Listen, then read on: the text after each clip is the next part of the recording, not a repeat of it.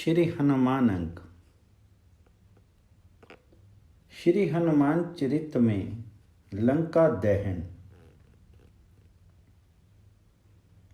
सत्वगुणशाली परंपराकर्मी कपि कुंजर श्री अंजना नंदवर्धन प्रभु के कार्य की सिद्धि के लिए अपने दिव्य आकार को छिपा रखा था। लंकाधिपति रावण का आदेश पाते ही मूढ़ राक्षस घृत और तेल में डुबा डुबा कर चिथड़े और वस्त्र उनकी पूंछ पर लपेटने लगे। परम कौतुकी पवन आत्मज ने अपनी पूंछ लंबी कर दी। दुष्ट दशानन के आज्ञा पालन असुर हनुमान जी की पूंछ में जितने ही वस्त्र लपेटते वह उतनी ही लंबी होती जाती। कपि की इस क्रीड़ा से लंका में वस्त्र एवं तेल घृत का अभाव होने लगा। पर असुर कब मानने वाले थे। उक्त राक्षसपुरी में जहां से जितना वस्त्र तेल और घृत प्राप्त हुआ सब एकत्र कर लिया गया। वस्त्र को पूंछ में अच्छी प्रकार लपेट करके उसे दृढ़ रज्जु से बांध दिया गया और फिर असुरों ने उसे अच्छी प्रकार भिगो देने से बचे खुचे तेल और घी को भी ऊपर से उड़ेल दिया। दृढ़ रज्जु में जकड़े हुए कपि कुंजर श्री केसरी किशोर को राक्षस पकड़ करके प्रसन्नता पूर्वक ले चले। वे शंख और भैरी बजा बजा करके उनके अपराधों की घोषणा करते हुए उन्हें गली गली घुमाने लगे। राक्षस और उनके बच्चे शत्रु दमन श्री हनुमान जी के पीछे पीछे ताली बजाते, उन्हें गाली बकते, घूसा मारते, उनके बाल नोचते तथा उन पर कंकर पत्थर फेंकते हुए चल रहे थे। किंतु परम बुद्धिमान हनुमान जी अपने प्रभु के कार्य की सिद्धि के लिए मन में तनिक भी दुख न मान करके सब कुछ प्रसन्नता पूर्वक सह रहे थे। उन्होंने रात्रि में दुर्ग रचना की विधि पर दृष्टि रखते हुए उस नगरी को अच्छी प्रकार नहीं देखा था और अब वे रावण पर दत्त इस दंड से द्राक्षों की विशालपुरी में विचरते हुए उसे भली भांति देखने लगे। इस प्रकार उन्होंने अनेक अद्भुत विमान, सुंदर चबूतरे, घनीभूत गृह पंक्तियों से घिरी हुई सड़कें, चौराहे, छोटी बड़ी गलियां, घरों के मध्य भाग, गढ़ द्वार एवं प्रख्यात राक्षसों के आवास आदि सब महत्वपूर्ण स्थान ध्यान पूर्वक देख लिए। राक्षसों ने हनुमान जी को बांध करके लंका में सर्वत्र घुमाया और जी भर करके उनका तिरस्कार किया। पीछे प्रमुख चौराहे पर आकर के सब श्री हनुमान जी को घेर करके खड़े हो गए। चारों ओर हर्ष उल्लास की ध्वनि होने लगी। उसी बीच रावण के एक प्रमुख वीर ने पूंछ में आग लगा दी। अग्नि प्रज्वलित हुई और राक्षस राक्षसियां सब हर्ष अतिरेक से ताली पीट पीट करके नाचने लगे। बल बुद्धि निधान हनुमान जी के उद्देश्य की पूर्ति हो गई। अब उन्होंने अपना आकार छोटा कर लिया। बस असुरों द्वारा बांधा गया बंधन ढीला पड़ गया। श्री पवन पुत्र बंधन मुक्त हुए और फिर उन्होंने बृहदाकार रूप धारण कर लिया। उन्होंने वेग पूर्वक अपनी पूंछ घुमाई ही थी कि राक्षस सहमे, किंतु रुद्र अंशज ने उन्हें अपनी पूंछ से ही मारना आरंभ किया। हनुमान जी की पूंछ का आघात वज्रपात के सदृश हो रहा था।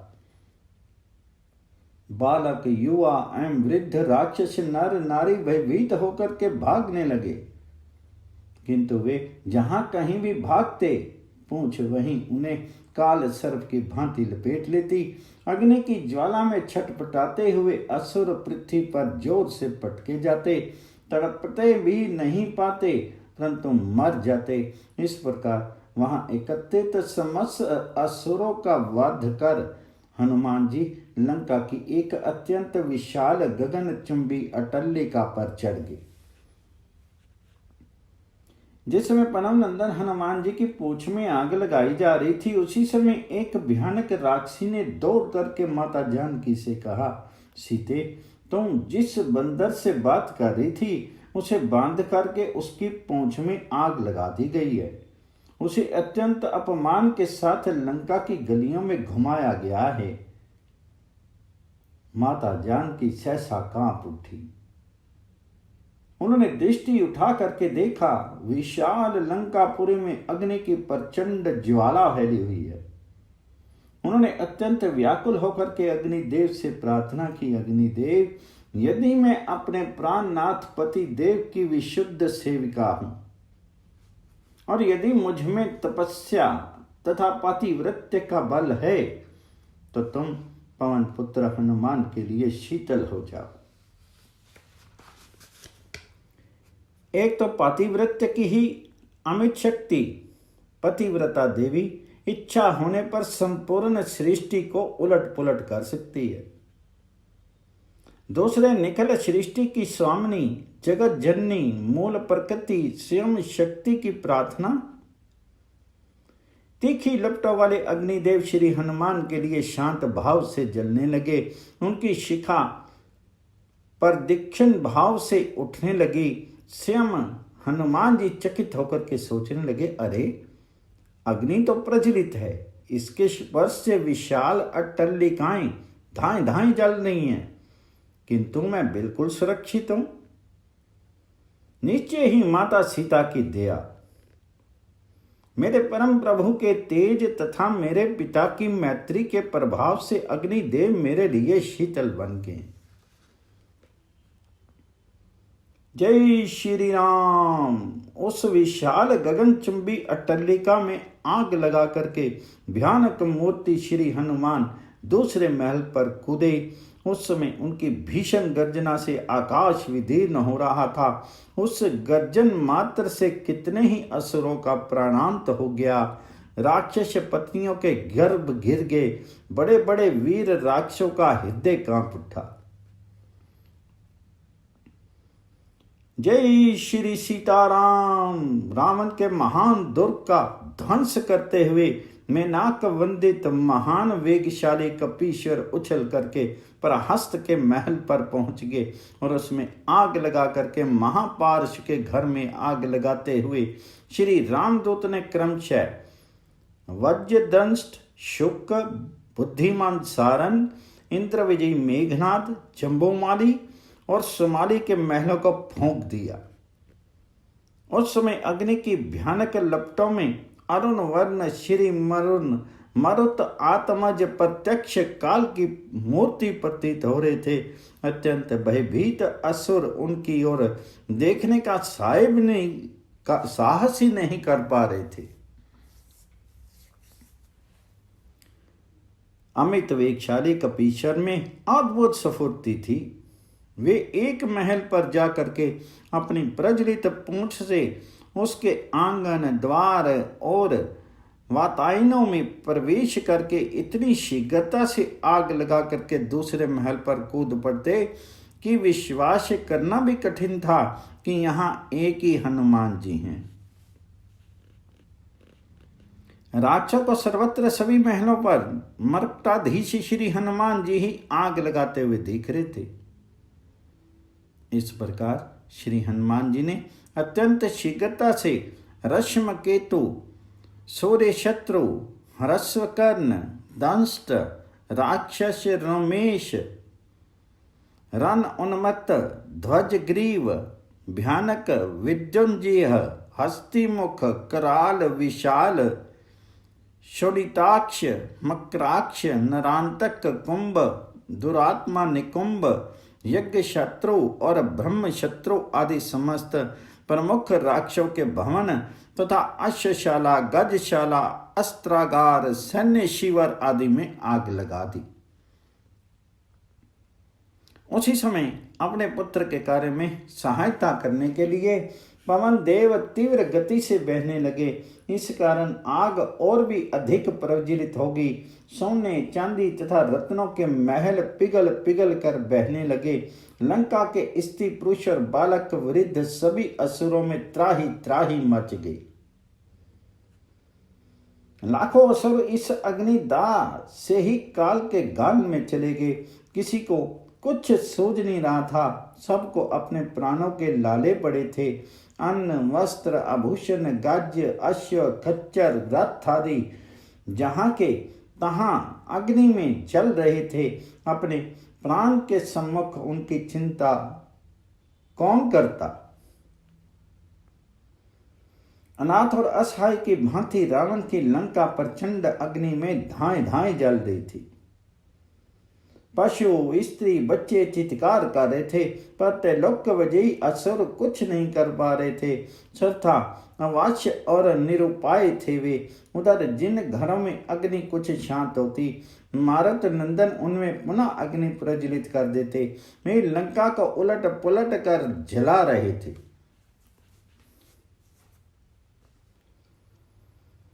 अपने दुर्लभ अलौकिक भवन को जलते देखकर के दशग्रीव का हृदय कांप उठा, पर अपना मनोगत भाव छिपाते हुए उन्होंने राक्षसों को आज्ञा दी, वीरों, इस अधम वानर को पकड़ करके इसके टुकड़े टुकड़े कर दो। स्वामी का आदेश प्राप्त करके मेघनाद आदि वीर शस्त्र धारण करके एकत्र हुए, किंतु वे किसे पकड़े। वे जिधर जिस अट्टलिका पर दृष्टि डालते उन्हीं अट्टलिका पर हनुमान जी की काल तुल्य भयानक मूर्ति दिख पड़ती। हनुमान जी ने अपनी वज्र तुल्य प्रज्वलित पूंछ लंबी की, बस कितने ही वीर उससे झुलस गए। कितने उस पूंछ के आघात से ही व्याकुल होकर के गिर पड़े। प्रबल प्रभंजन और भयंकर ज्वाला असुर और कुछ नहीं कर सके। उन्होंने रावण के सम्मुख अपनी विवशता व्यक्त की। रावण के वश में लोकपाल और यम थे। उन्होंने उन्हें भेजा। लंका दाहक श्री हनुमान जी ने यम को तो अपनी मुंह में रख लिया, और लोकपाल उनकी पूंछ के साधारण चोट भी नहीं सह सके। वे प्राण लेकर के भागे। यम की अनुपस्थिति में सृष्टि का कार्य स्थगित हो गया। प्राणियों की मृत्यु कैसे हो। देवताओं सहित हंस आरूढ़ चतुर्मुख ब्रह्मा ने आकाश से काल मूत्री श्री हनुमान जी की वंदना की। मंगल मोद निधान हनुमान जी ने यम को छोड़ दिया। यम ने मन ही मन संकल्प किया कि अब मैं प्रभु भक्तों के समीप कभी नहीं जाऊंगा। अंत में रावण ने मेघों को वृष्टि के लिए अग्नि बुझा देने की आज्ञा दी। उमड़ते हुए सजल जल्द लंका पर घिर आए। घंघोर वर्षा होने लगी, किंतु उस वर्षा का हनुमान जी द्वारा लगाई गई आग पर उल्टा ही प्रभाव पड़ा। जल की बूंदें तप्त तेल और घृत की तरह प्रज्वलित अग्नि को और भी सहायता करने लगी। जैसे जैसे वर्षा होती, आग उतनी ही तीव्र होती जाती थी। विचित्र दशा थी। बादल इधर तो अग्नि की लपटों से जले जाते हैं और उधर उनके शीर गलानी में गले जाते हैं। सब मेघ शुष्क होकर के सकुचा करके पुकारने लगे। हम लोगों ने 12 सूर्य देखे, प्रलय की अग्नि देखी और कई बार शेष जी के मुख की ज्वाला भी देखी, परंतु कभी जल को घृत के समान हुआ नहीं सुना। ये महान आश्चर्य श्री केसरी नंदन ने कर दिखलाया। मेघों के वचन सुन करके मंत्रीगण सिर घूमने लगे और रावण से बोले, ये सब ईश्वर की प्रतिकूलता का विकार फल है। सोने की लंका धाएं धाएं जल रही थी। वहां के समस्त प्राणी चीत्कार कर रहे थे, पर उनकी रक्षा करने वाला कोई नहीं था। मंदोदरी आदि रानियां बिलखती हुई चिल्ला रही थी। हमने पहले ही इस 10 मुहे को मना किया था कि सती जानकी को उसके पति के यहाँ भेज दो, श्री राम से वैर मत करो। किंतु ये अहंकार के वश होकर के हमारी एक नहीं सुनता था। अब उसका बल, उसकी सेना और उसका प्रताप कहाँ गया? कोने में चोर की तरह वह मुंह छिपा करके बैठा है। अब हमारी रक्षा कैसे हो? इसी प्रकार बालक, वृद्ध, स्त्री, पुरुष जो जहां थे वहीं बिलख रहे थे। उधर हाथी, घोड़े, रथ, पशु, पक्षी, वृक्ष तथा कितने ही राक्षसों सहित लंकापुरी दग्ध हो रही थी। वहां के निवासी दीन भाव से फूट फूट करके रो रहे थे। लंका को फूकते हुए परम पराक्रमी हनुमान जी मन ही मन अपने परम प्रभु श्री रामचंद्र जी का स्मरण कर रहे थे।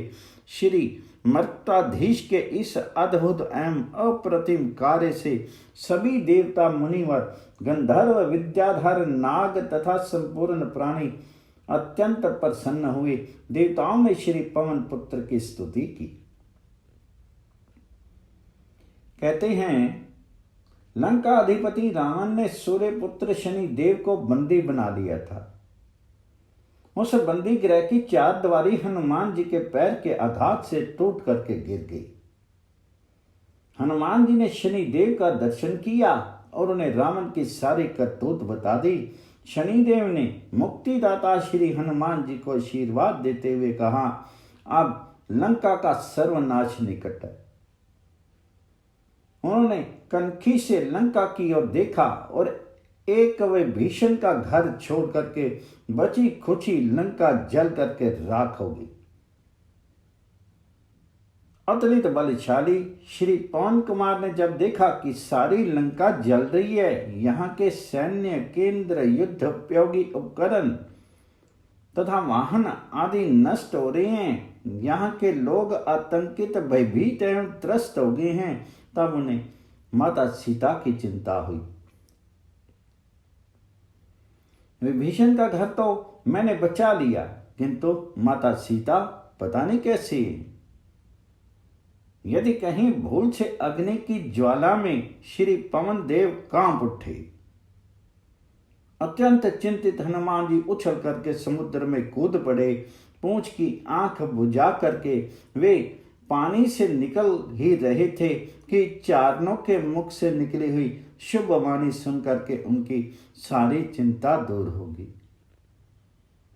महात्मा चारण कह रहे थे, पवन पुत्र हनुमान जी ने सोने की लंका में आग लगा करके बड़े दुस्साहस का कार्य किया।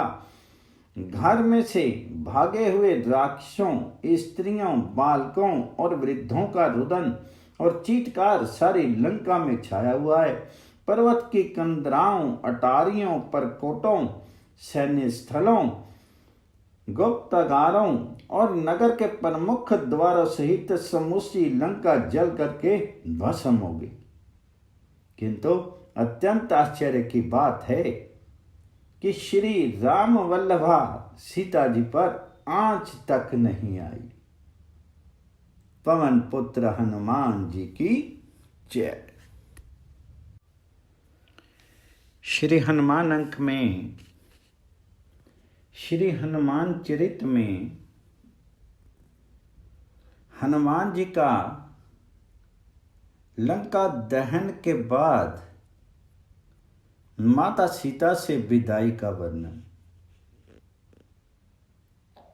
जय सीताराम।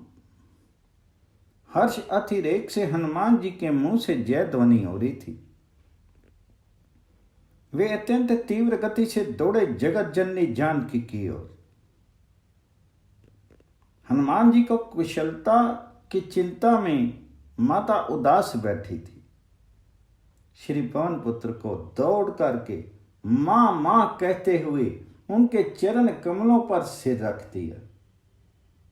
मां के हृदय में वात्सल्य उमड़ पड़ा और नेत्र सजल हो गए। उन्होंने परम भाग्यवान हनुमान जी के मस्तक पर अपना अभय पद कर कमल रख दिया। अतिशय स्नेह से माता जानकी ने पूछा, बेटा तुझे सकुशल देख करके मेरा मन हल्का हो गया। तेरा कोई अंग चला तो नहीं? श्री पवन पुत्र तो माता का सहज स्नेह पाकर के पुलकित हो गए थे। उन्होंने कहा, मां, जब आपका परम पावन अभय पद कर कमल मेरे मस्तक पर हैं, तब भवन में मेरा बाल भी बांका कैसे हो सकता है? आपकी दया से मेरे यहां आने के उद्देश्य की पूर्ति हो गई। मैंने आपके चरणों का दर्शन प्राप्त कर लिया। लंका के रहस्य एवं राक्षसों की शक्ति से मैं परिचित हो गया। साथ ही यहाँ के प्रत्येक स्थल को भी मैंने अच्छी प्रकार देख लिया। अब आप कृपा पूर्वक मुझे आज्ञा प्रदान करें, जिससे मैं प्रभु के चरणों में पहुंच करके आपका संदेश उन्हें सुना दूं और सर्वसमर्थ करुणा निधान यथा शीघ्र लंका में प्रवेश करके इन क्रूरतम असुरों का संहार करें।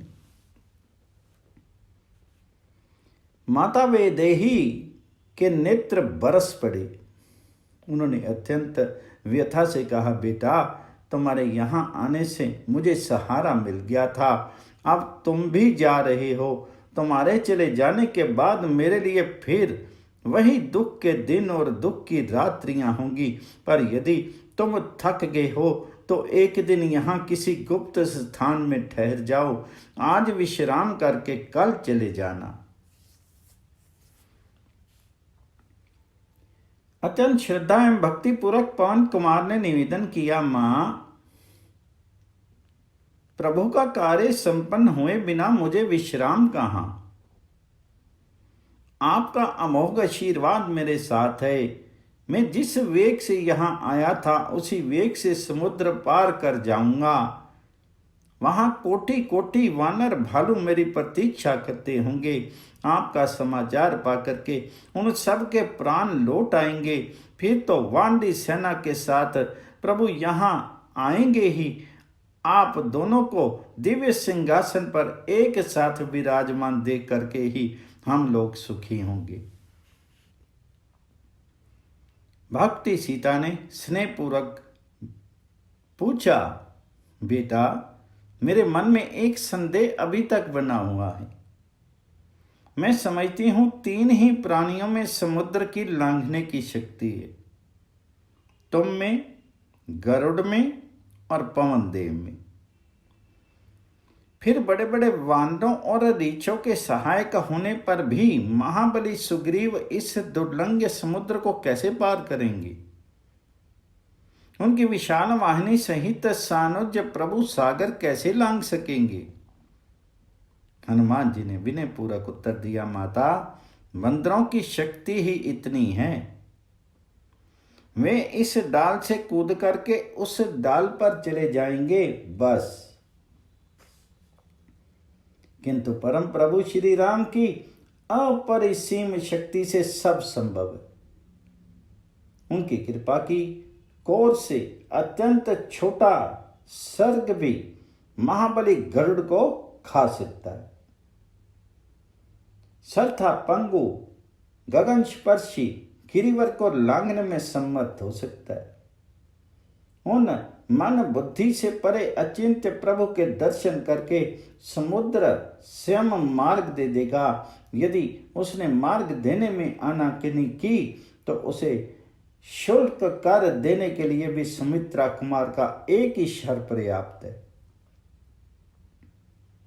दूसरे, वानरराज सुग्रीव सहस्त्रों कोटि वानरों से घिरे हैं। उन शक्तिशाली कपिराज ने आपके उद्धार की प्रतिज्ञा कर ली है। उनके पास साधनों का अभाव नहीं है। आप धैर्य रखें।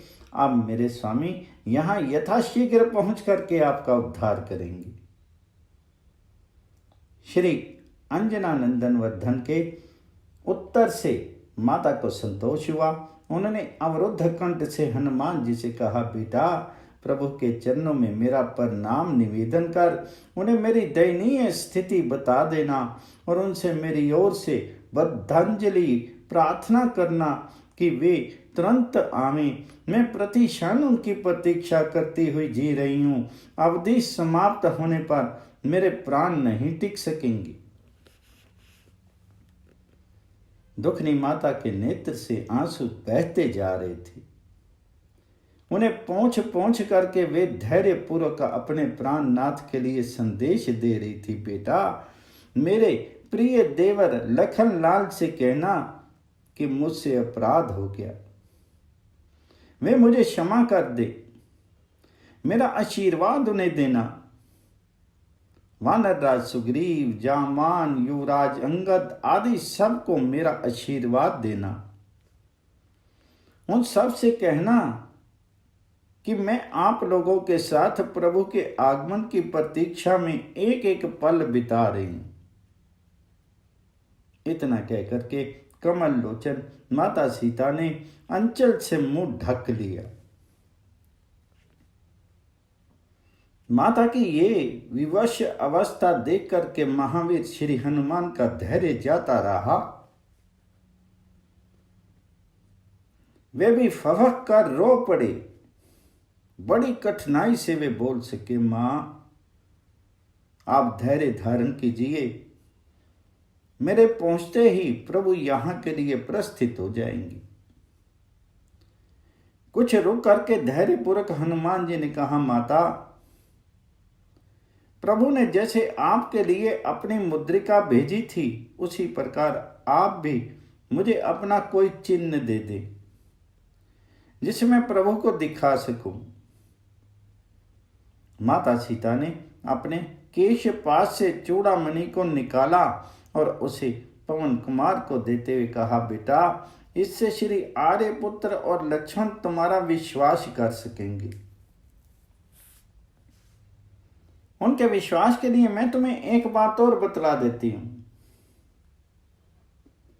तुम मेरे प्राण धन से निवेदन कर देना। चित्रकूट पर्वत की बात है। एक दिन मेरे जीवन सर्वस्व एकांत में मेरी गोद में सिर रखे सो रहे थे। उसी समय इंद्रपुत्र जयंत काक वेश में वहां आया और मांस के लोभ से उसने मेरे पैर के लाल लाल अंगूठे को अपनी तीखी चोंच और पंजे से फाड़ डाला। निद्रा से उठते ही स्वामी ने मेरे पैर का अंगूठा देखा तो व्याकुल होकर के उन्होंने पूछा, प्रिय, ये किस दुष्ट की करनी है? और उसी समय उन्होंने सामने रक्त से सनी चोंच वाले काक को बार बार मेरी ओर आते देखा। फिर क्या था? क्रुद्ध प्रभु ने एक तृण उठाया और उस पर दिव्य अस्त्र का प्रयोग करके उस प्रज्वलित अस्त्र को लीला से ही उस कौवे की ओर फेंक दिया। भयभीत काक प्राण लेकर के भागा। वह तीव्रतम गति से भागता हुआ जहां जहां गया वहां वहां वह प्रज्वलित अस्त्र उसके पीछे लगा दिख पड़ता था। जयंत इंद्र और ब्रह्मा आदि के समीप गया, किंतु राम अस्त्र के सम्मुख उसे किसी ने आश्रय नहीं दिया। विवश होकर के प्रभु क्षमा करें, प्रभु अपराध क्षमा हो कहता हुआ मैं प्रभु के चरणों में गिर पड़ा। दया निधान प्रभु ने उससे कहा, यह मेरा अस्त्र अमोघ है, अतः तू अपनी एक आंख देकर चला जा। उस काक ने अपनी बाईं आंख दे दी और प्रभु से बार बार क्षमा याचना करता हुआ वह चला गया। बेटा, उन अपरिसीम अचिंत्य शक्ति संपन्न प्रभु से कहना वे शीघ्र पधारे। पवन नंदन ने माता के चरणों पर सिर रख दिया और कहा, मां, आप मुझे आज्ञा प्रदान कीजिए। माता के नेत्र पुनः बरस पड़े। आंसू पोंछते हुए उन्होंने कहा, बेटा हनुमान, जाओ, पर प्रभु के साथ शीघ्र लौटना, देर नहीं करना, तुम्हारा सर्वविध मंगल हो। हनुमान जी ने सृष्टि स्थिति संहार कारणी जननी का आशीर्वाद प्राप्त करके मन ही मन श्री रघुनाथ जी के चरणों में प्रणाम किया और फिर उछल करके उत्तम अरिष्ट गिरी पर चढ़ गए। उस शैलराज पर आरूढ़ होकर के वायु नंदन कपि श्रेष्ठ श्री हनुमान जी ने अपना चीर बहुत विशाल बना दिया। वे दक्षिण से उत्तर दिशा में सागर पार करने के लिए बड़े वेग से उछले। हनुमान जी के पैरों का दबाव पड़ने के कारण 30 योजन ऊंचा और 10 योजन चौड़ा वह शोभाशाली महीधर वृक्षों और ऊंचे शिखरों सहित तत्काल धरती में धंस गया। अरिष्टगिरी से उछल करके आकाश में पहुंचते ही महाबली वज्रांग श्री हनुमान ने भयानक गर्जना की, जिससे दिशाएं थर्रा उठी, आकाश जैसे फट गया, मेघ तितर बितर हो गए, समुद्र उछलने लगा, गिरी श्रृंग टूट टूट कर गिरने लगे और समूची लंका हिल उठी। असुरों ने समझा कि भूकंप आया है। वीर राक्षस जहां थे वहीं कांप करके गिर पड़े। गर्भवती राक्षियों का गर्भपात हो गया। सभासदों सहित स्वयं दशग्रीव भी सिंहासन से नीचे लुढ़क पड़ा। उसके बहुमूल्य मुकुट सिर से खिसक करके नीचे गिर गए। इस अपशकुन की असुरों में सर्वत्र चर्चा होने लगी। सब में भय और आतंक व्याप्त हो गया। समुद्र के मध्य में पर्वतराज मैनाक को स्पर्श कर अत्यंत वेगशाली पवन कुमार धनुष से छूटे हुए बाण तुल्य सागर के उत्तरी तट के समीप पहुंचे। महेंद्र पर्वत पर दृष्टि पड़ते ही उन्होंने गंभीर स्वर में बार बार गर्जना की। बोलो पवन पुत्र हनुमान जी की जय।